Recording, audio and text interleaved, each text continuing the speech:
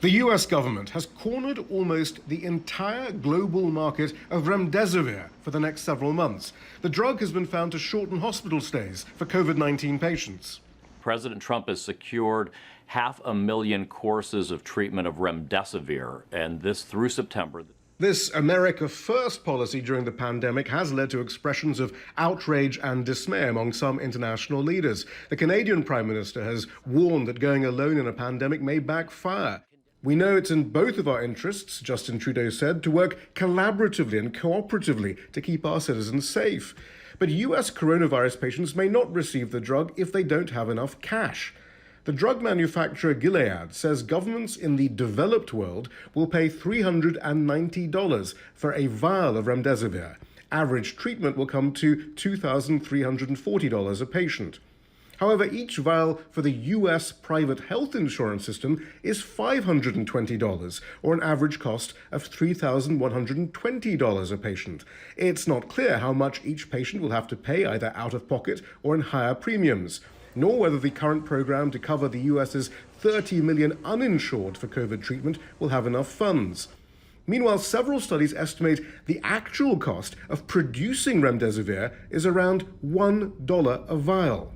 As with many drugs that are eventually sold for profit by pharmaceutical companies, remdesivir was initially developed with taxpayer money, at least $60 million. But watchdog groups suspect government costs are far higher and that taxpayers are being charged twice for the drug, first for its development and then for its purchase. Even the clinical trials that are going on right now are not all funded by Gilead.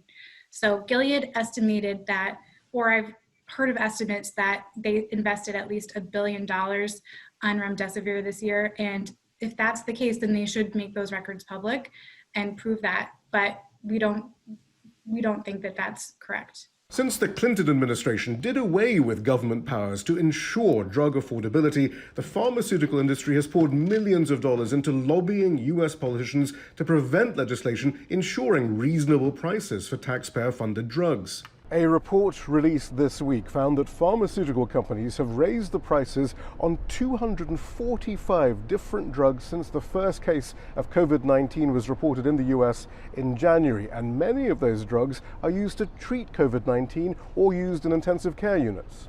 But some economists wonder whether amid COVID-19, economic collapse, mass unemployment, the inability of millions to pay their rent, and social unrest, things may be changing.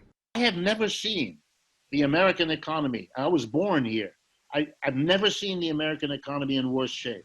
The level, the accumulation of dead ends, of crises for which I see no solution is overwhelming. And I think the system is shaking. Whether it'll disappear or not, I don't know.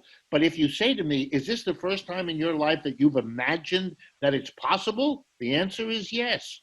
The perception of price gouging by pharmaceutical companies during a pandemic may become part of a wider reckoning for the US.